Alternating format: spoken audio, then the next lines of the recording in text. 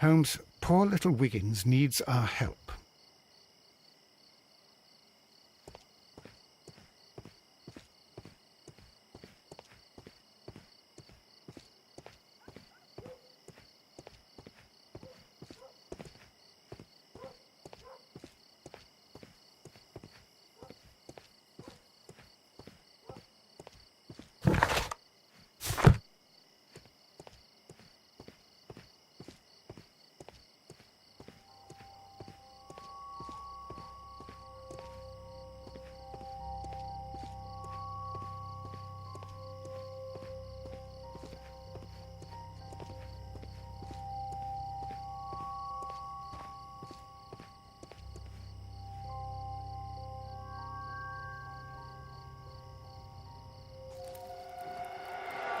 Please, gentlemen, leave the scene now.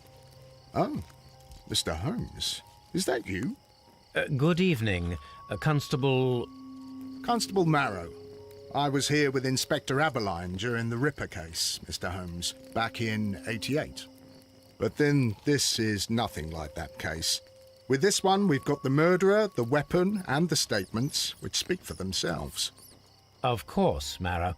But you know that appearances can sometimes be deceiving.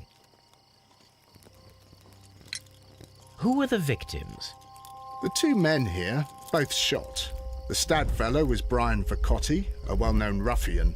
The other, Kenneth Butler, a jeweller by trade. You spoke of statements. You have witnesses? Well, I was there, so I gave my own statement. And then there were two other witnesses who said they saw the killer Chapman. Mr. Turner, a gentleman who lives in that flat over there. And Polly Powell, a flower seller, who was over at the far side of the street. So, Constable Marrow, I should be delighted to hear your testimony. I was standing at the north side of Half Moon Street. That was the side that you came from. But you would have been unable to observe this part of the street, where we are standing now. That is correct. But I saw the two victims slowly enter Half Moon Street, and then shortly after, the fireworks started. A few minutes after that, the fellow Chapman rushed towards me and ran into Half Moon Street. Please continue. I didn't pay attention, but suddenly I heard a woman's cries and police whistles on the other side of Half Moon Street. I rushed over there and I saw the two dead bodies on the ground. When I reached Whitechapel Street, I saw Leighton Chapman. He'd been caught by two police constables. Did you hear the shots? I didn't hear any shots. The fireworks were all over the sky. They were so loud I couldn't hear anything else. What were the fireworks in honour of, Constable? Well, today's Queen Victoria's birthday, Mr. Holmes. Yes, I appear to have lost track of the days. It is May now, of course. Constable Marrow, what else caught your attention while you were running through Half Moon Street? I saw nothing but rats, and I took the time to light every corner with my lamp. Did you happen to look up at Mr. Turner's window when you were on Half Moon Street at that time? Yes, I saw that the window was open, but no one was there. It was dark in the room. Constable, your statements have been of great value to me. Mr. Holmes, I had no doubt about this case, but now that you are here...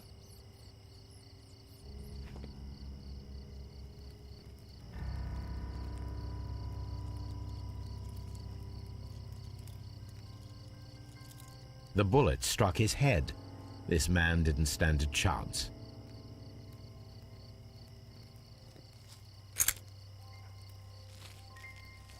This is an ordinary key. I wonder what kind of door it opens.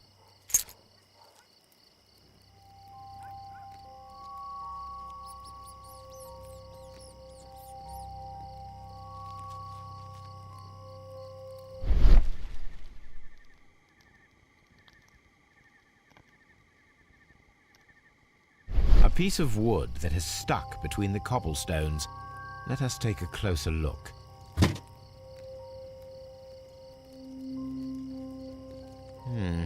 This shard of wood is quite new.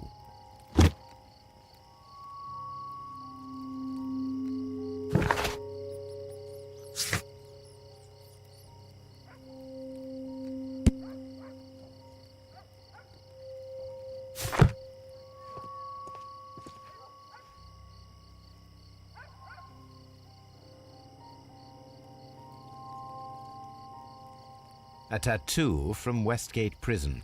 Vicotti must have done some time there.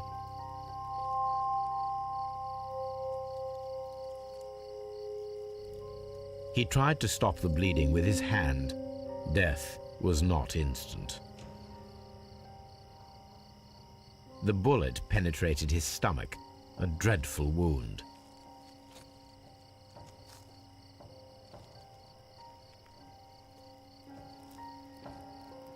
Brian Vicotti suffered greatly. What a terrible way to die.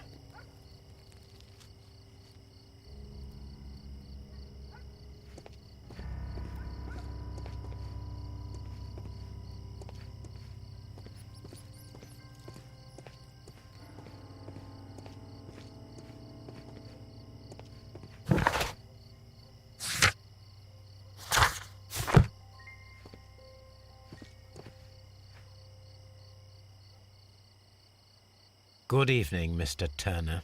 I heard Constable Marrow reply to you as Mr. Holmes. Are you that detective gentleman? I've heard of you. And well, I know things about this evening. Excellent. Might we hear your story?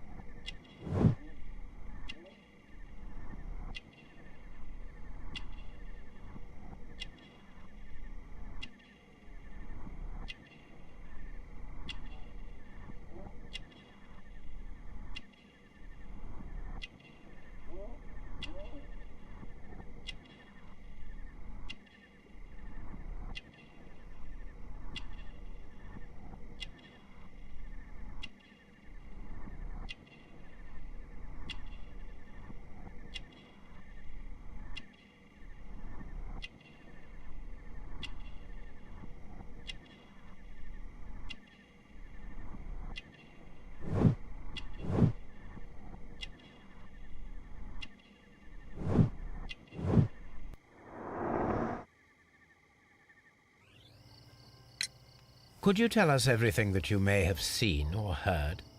I was already in bed when the fireworks started. A few moments after, I clearly heard 2 gunshots from outside.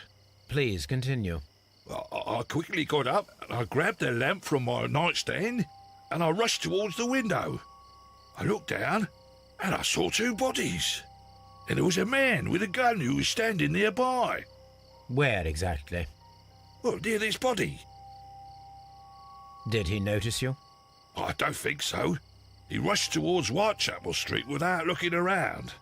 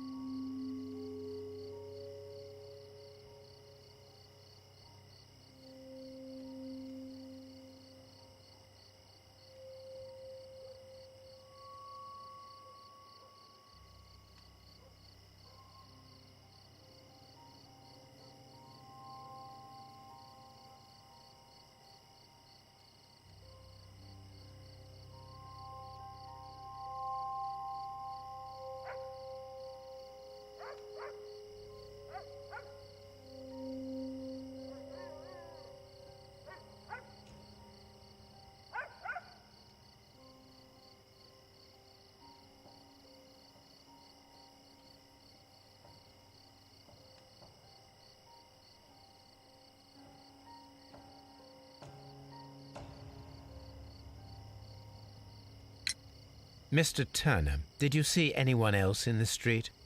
No, I saw no one but that man, the murderer, the fellow they caught. Were the two shots you heard consecutive? Yes, there was a very short pause between them, and they sounded different somehow. It seemed to me that the second shot was louder than the first. That is an interesting comment.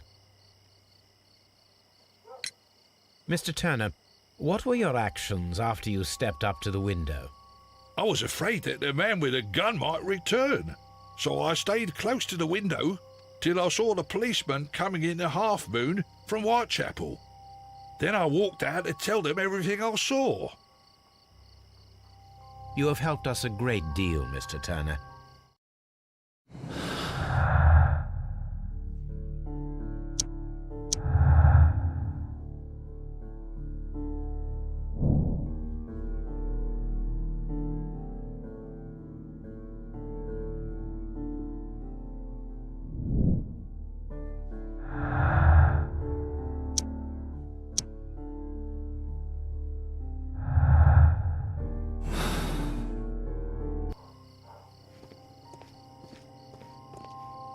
Mr. Holmes, did you see my brother at Scotland Yard? Is he all right?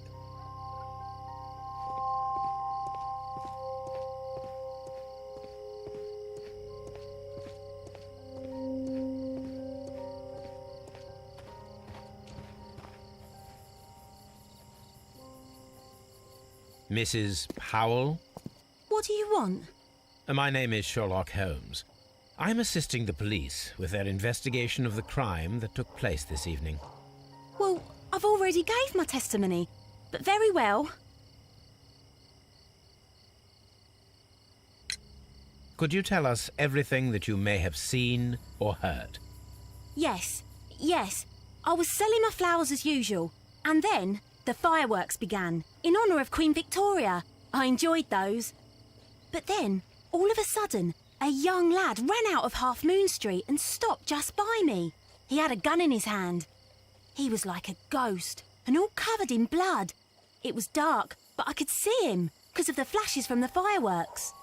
And then? I screamed as loud as I could. I knew that a policeman should be on duty in the vicinity.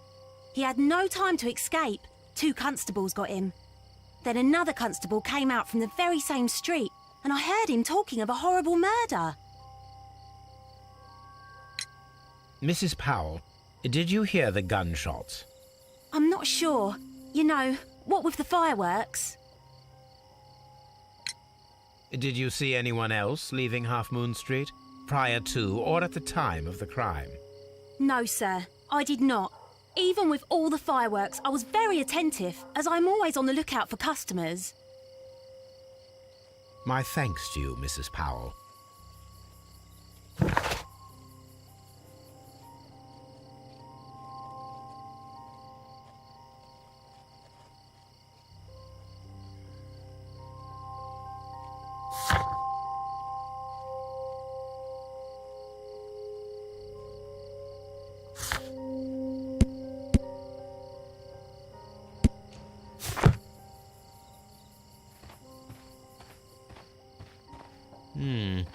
This mirror is turned towards Half Moon Street.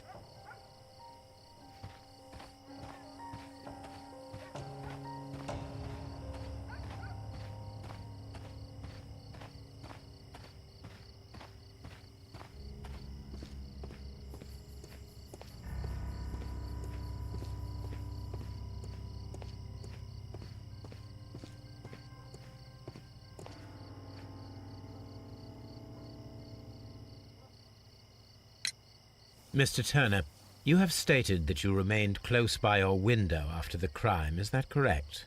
Oh, yes, Mr. Holmes. I stayed at my window until the policeman arrived to examine the dead bodies.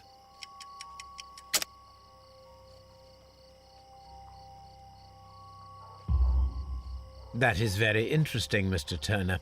Constable Marrow stated that he did not see anyone at the window when he was running through Half Moon Street.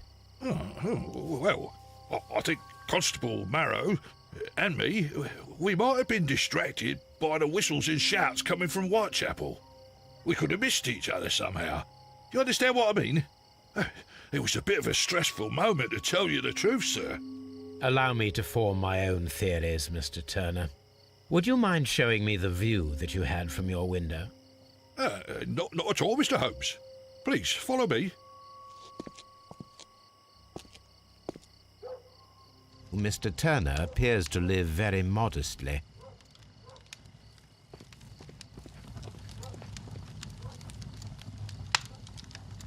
This fire is dying out. It was last tended to over an hour ago.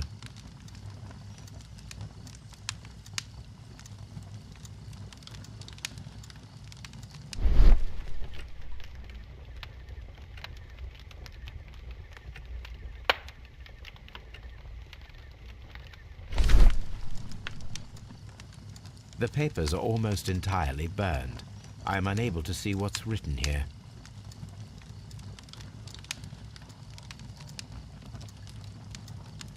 These words are illegible.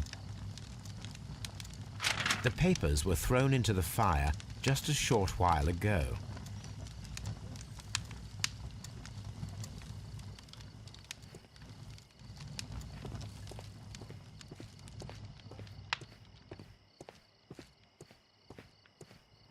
Mr. Turner was roused from his bed by the sound of gunshots.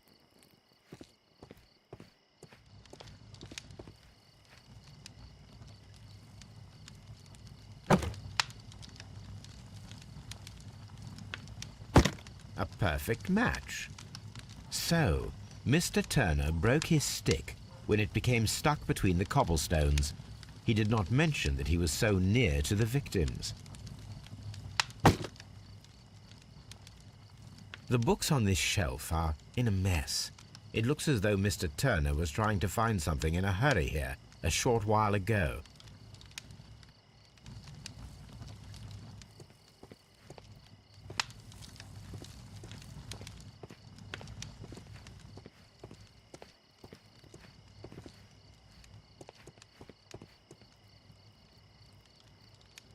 This kitchen knife is quite sharp.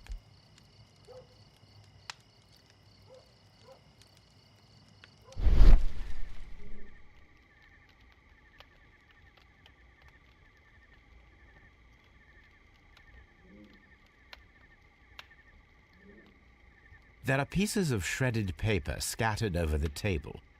This kitchen knife was used to cut the paper.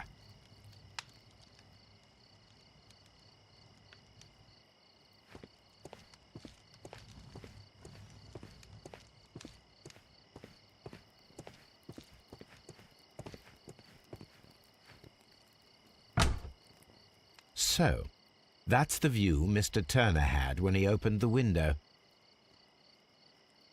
The dead body of Kenneth Butler. Brian Vercotti's contorted corpse. Mr. Turner had a perfect view of the crime scene. He saw the bodies clearly, and Leighton Chapman standing over them.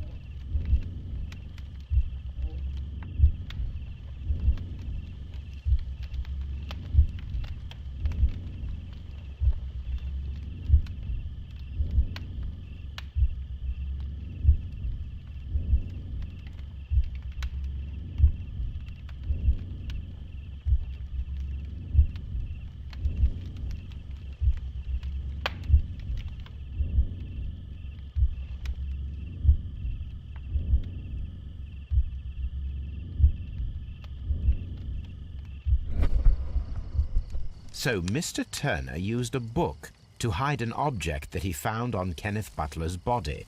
The question is, what did he find?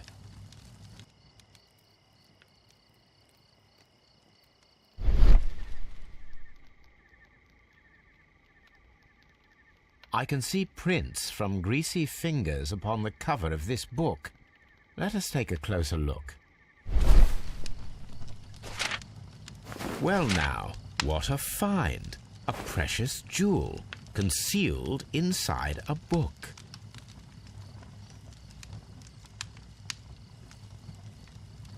A bracelet with a unique ram's head design, a distinctive feature of ancient Grecian artifacts, probably of the Hellenistic era.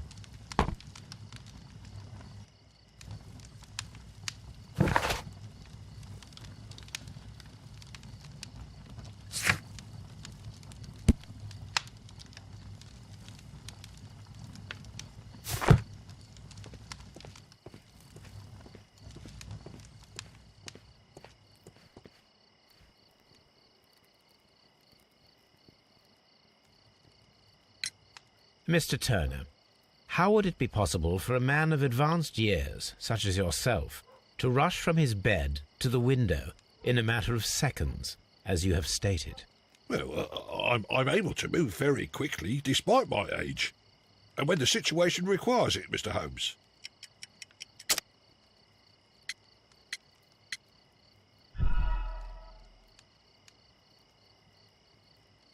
Well, I'm able to move very quickly, despite my age. And when the situation requires it, Mr. Holmes.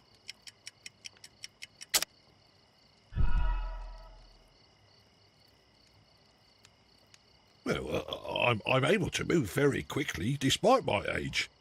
And when the situation requires it, Mr. Holmes. I highly doubt that, Mr. Turner. I observe that you suffer a severe limp due to your injured right leg.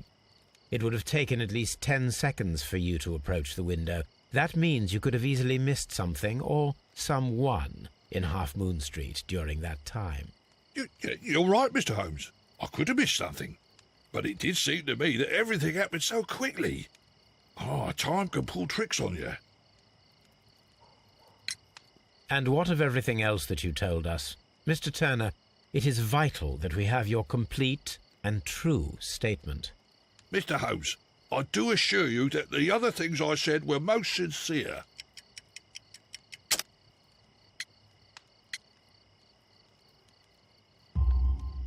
Mr. Turner, you were not sincere with me. Not then and not now. But Mr. Holmes... This, Mr. Turner, does not look like anything that a poor man might possess. It is worth more than the home that you live in. I can explain. No, merely correct me if I am wrong. You saw Leighton Chapman through the window, but you also noticed a glittering object on the ground, this precious jewel. You walked down and took the bracelet from the body of Kenneth Butler, and when you heard the whistles, you hurried away. That broke your walking stick. It caught fast between the cobbles. Constable Marrow was unable to see you in the window as you were climbing up the stairs on your way back to your flat. Upon returning home, you hid the precious jewel inside a book. Mr. Holmes, please don't send me to prison. I didn't do anything bad. I'm just a poor man. When I chanced upon the bracelet, I saw it as an opportunity to make a little money. I was desperate. I only took the bracelet, that's all, I swear. You made a mistake by lying to me. But you are not a criminal. I believe that. Although I must return this bracelet to its rightful owner.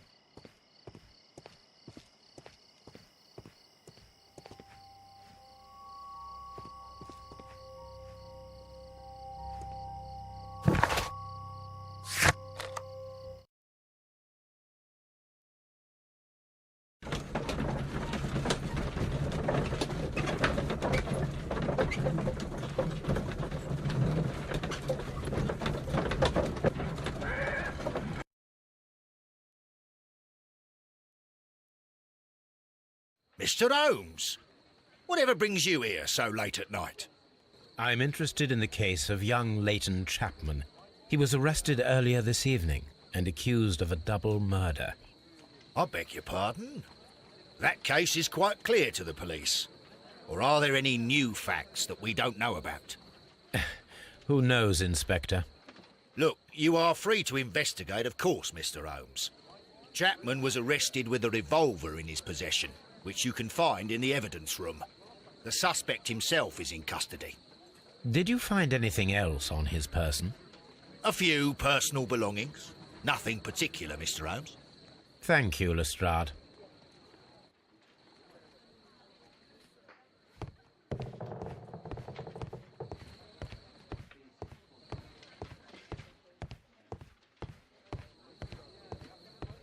Mr. Holmes, what is the trouble with that lad? Isn't he guilty of murder? I'm always wondering what's on your mind, Holmes.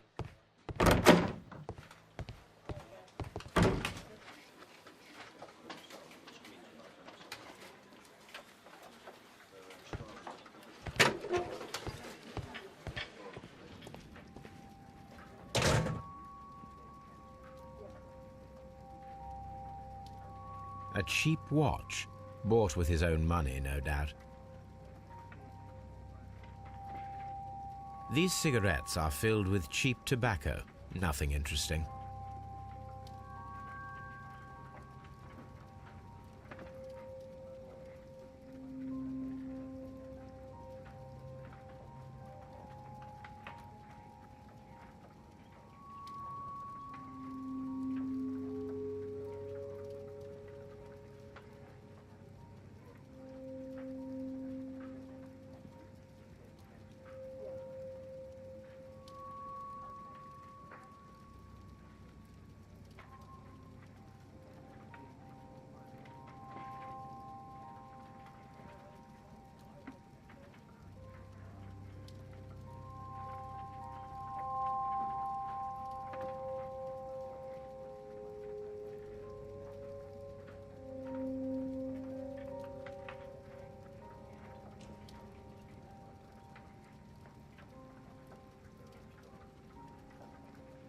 So this is the gun that Leighton was holding when he was caught by the police. It is a Webley revolver, a reliable weapon.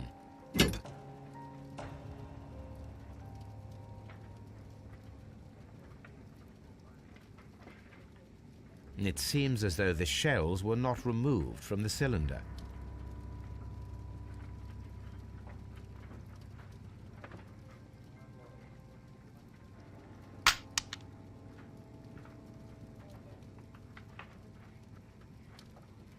Two out of the 6 shells have been fired. There were 2 shots.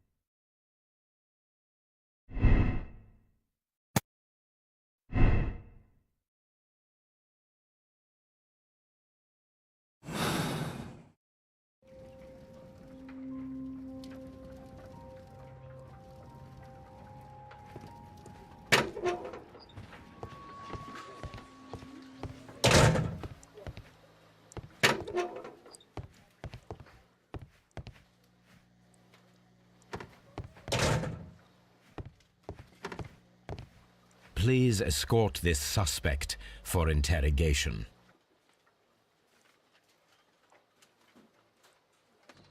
Good evening, Mr. Chapman. Who are you?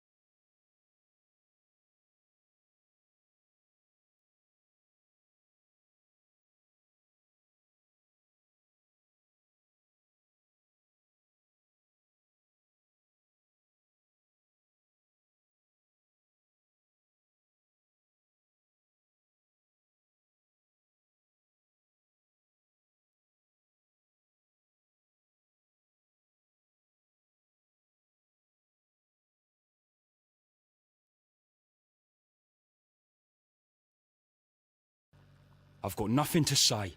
It's all a mistake. Calm down, Leighton. I have come here to help you. To find out if you truly are innocent, as your younger brother Wiggins has told me. My brother? You know him? Then that means you're... Sherlock Holmes. Oh, blimey. All right, Mr. Holmes. I'll tell you everything.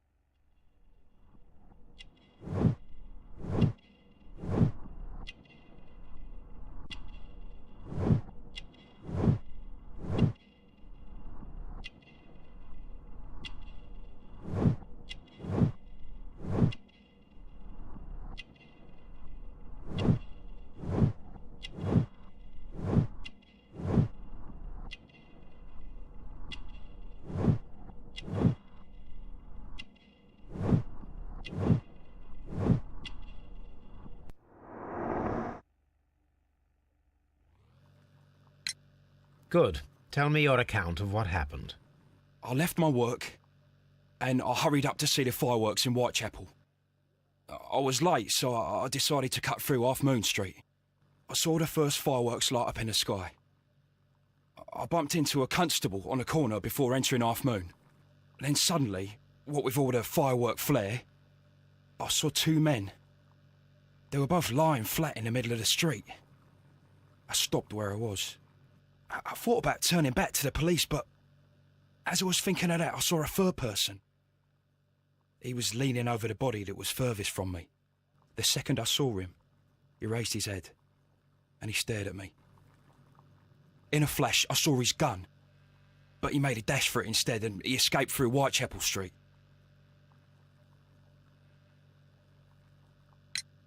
So you might still have had time to return to the constable. I panicked. I didn't know what to do. Anyway, I approached the bodies just to see if they were still alive. I saw that one had blood pumping out of his stomach. He was dying.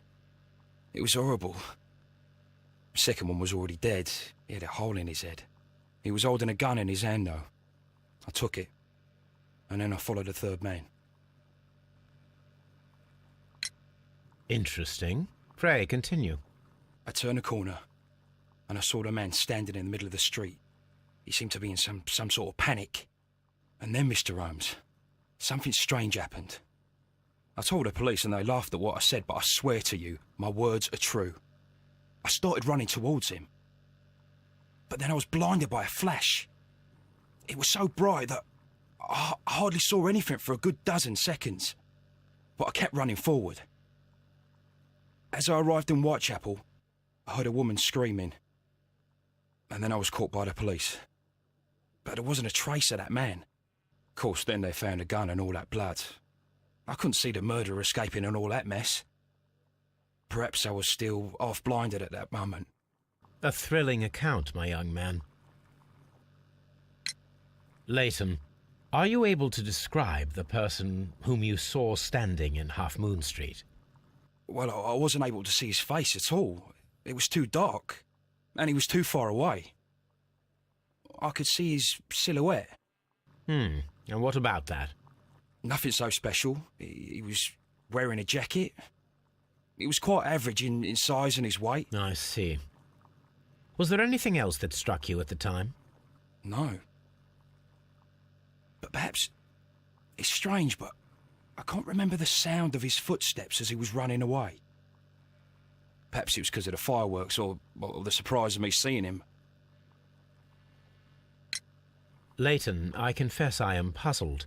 Why should a young lad like you take a gun from the hands of a dead man and set off in pursuit of a probable killer? I know. I keep wondering that, but at the time it was like a reflex. A criminal ought to be arrested, and he was armed. You were willing to risk your life. That was a little foolish, unless you wanted revenge. No, Mr. Holmes. I was just being brave and stupid.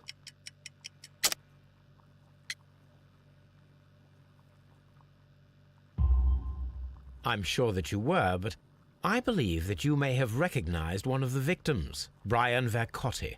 You knew that gentleman well, did you not? However could you know that? You have a typical tattoo of the Westgate Brotherhood upon your hand. I observed exactly the same mark upon Mr. Vercotti.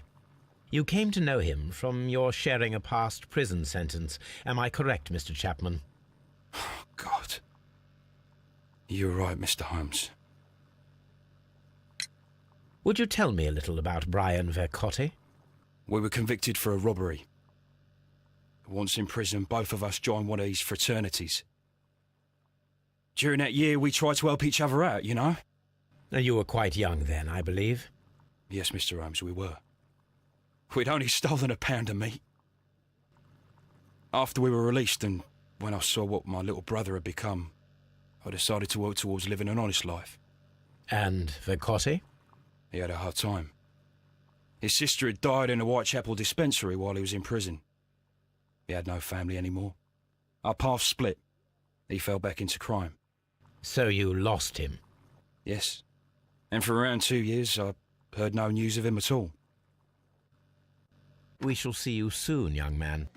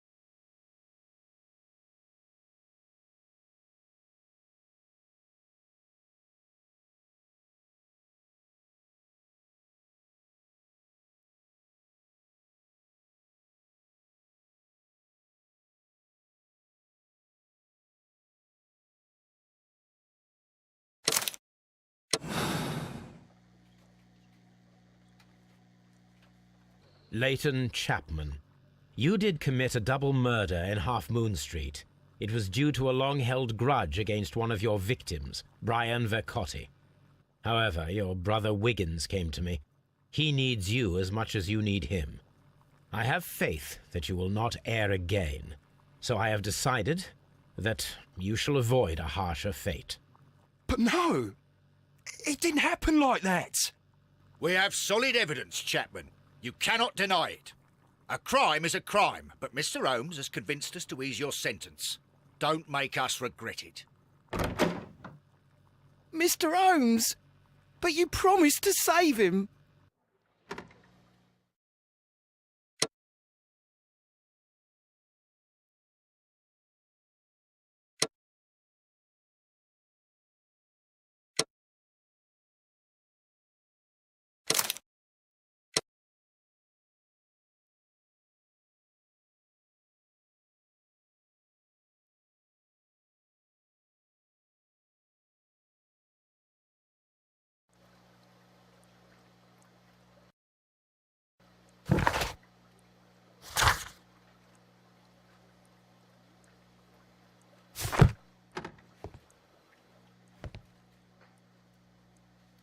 Tell old Wiggins that I'll be fine.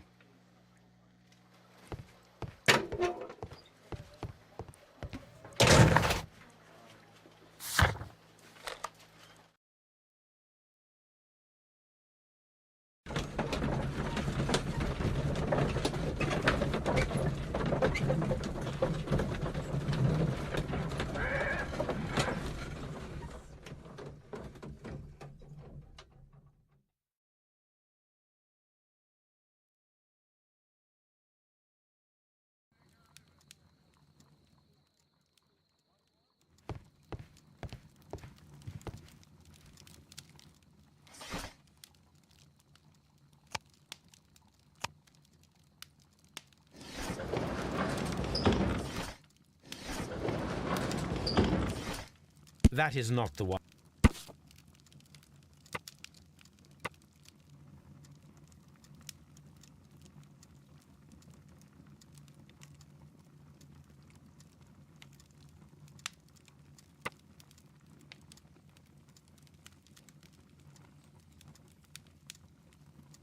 Here it is.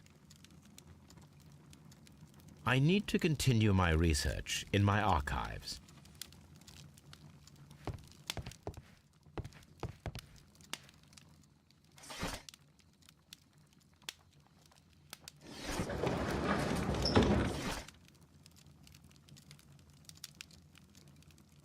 That is not the one. That is that is not that that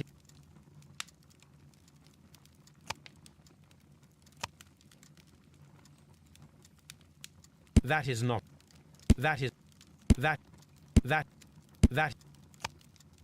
that is that is that is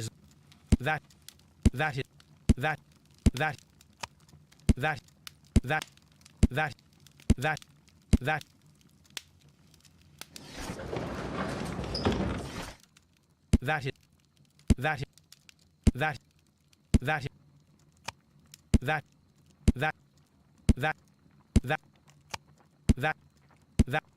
Here it is. One of the victims, Kenneth Butler, was involved in the story of the stolen Hellenistic treasures. A visit to his pawn shop should tell me more.